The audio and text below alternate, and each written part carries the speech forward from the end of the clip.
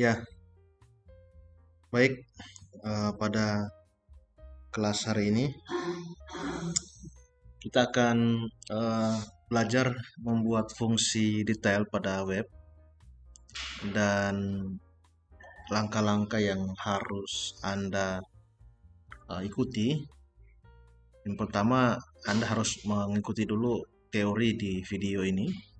Lalu nanti sebentar pada praktikum mencari tutorial pada step 8. Nah, yang akan kita buat dalam pembelajaran minggu ini hanya sederhana, yaitu kita akan membuat fungsi detail pada web. Fungsi detail pada web. Kenapa saya bilang di sini fungsi detail pada web? Karena semua web tanpa dirancang menggunakan Laravel memiliki fungsi ini. Nah, kebetulan saja kita belajar membuat fungsi web, dan saat ini kebetulan saja kita belajar menggunakan Laravel ya. Jadi kita harus definisi dulu fungsi utama pada web yang dikerjakan pada Laravel itu ini, CRUD ya, create, read, update, dan delete, view detail, paging, dan lain-lain. Semua ini hal utama dalam web. Nah, tapi saat ini kita akan menggunakan rancang menggunakan Laravel. Tapi semuanya ingat ya, semuanya ini adalah hal utama. Tombol detail ini fungsinya untuk membatasi tampilan data dari dalam database yang banyak pada satu halaman sehingga tampilannya kelihatan rapi ya. Nah, letak tombol fungsi detail ini tidak ada yang membatasi penggunaan fitur ini, tidak ada ya. Jika Anda mau letakkan pada sisi user atau pada sisi admin, semua terserah pada pembuat program. Nah, kecuali pada fungsi yang ini ya, pada CRUD, di mana kita sebagai admin hanya admin yang memiliki hak akses untuk melakukan proses CRUD, menambah, membaca, mengupdate, dan delete. Nah, biasanya untuk user hanya fungsi read saja, hanya untuk membaca saja pada sistem web standar. Tapi kalau sistem kayak sistem ICT yang kalian gunakan sekarang itu, antara admin dan user itu semua diizinkan untuk melakukan CRUD. Diizinkan, tapi ada batasan-batasan tertentu. Nah, batasan-batasan ini nanti akan kalian temui pada proses perancangan web nanti mungkin setelah pembelajaran ini kalian akan belajar mendalami sendiri ya. Letak tombol fungsi detail. Jadi tidak ada yang membatasi penggunaan fitur ini ya. Jika Anda mau letakkan pada sisi user atau admin, semua terserah pada pembuat program atau programmernya ya. Biasanya tombol detail ini menggunakan fungsi submit. Nah, nanti submit di dalamnya itu memiliki value ya, value detail. So, dapat saya tambah di sini ya. Sini value detail. Dan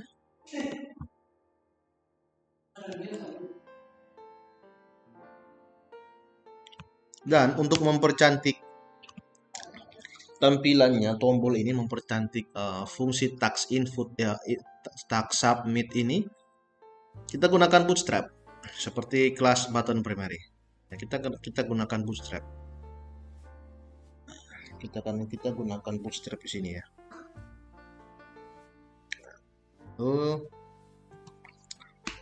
Hal yang perlu disiapkan adalah 2 halaman penting untuk menjalankan proses ini.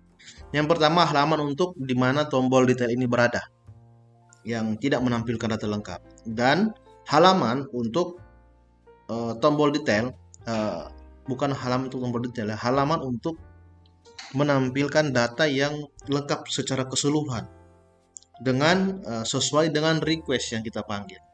Contohnya data ada 2 ya, parameternya A yang pertama dan yang kedua parameter B. Di saat menggunakan fungsi detail ini, kita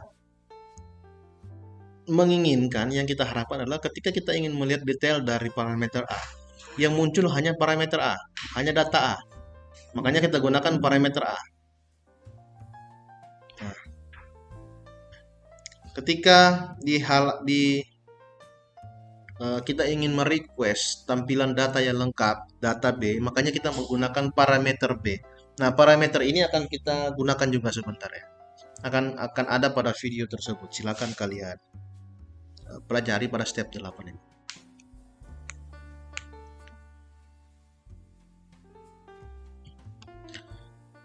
Proses penulisan coding. Proses penulisan coding untuk membuat ini masih tetap fokus pada konsep MVC ya, model, view, dan controller.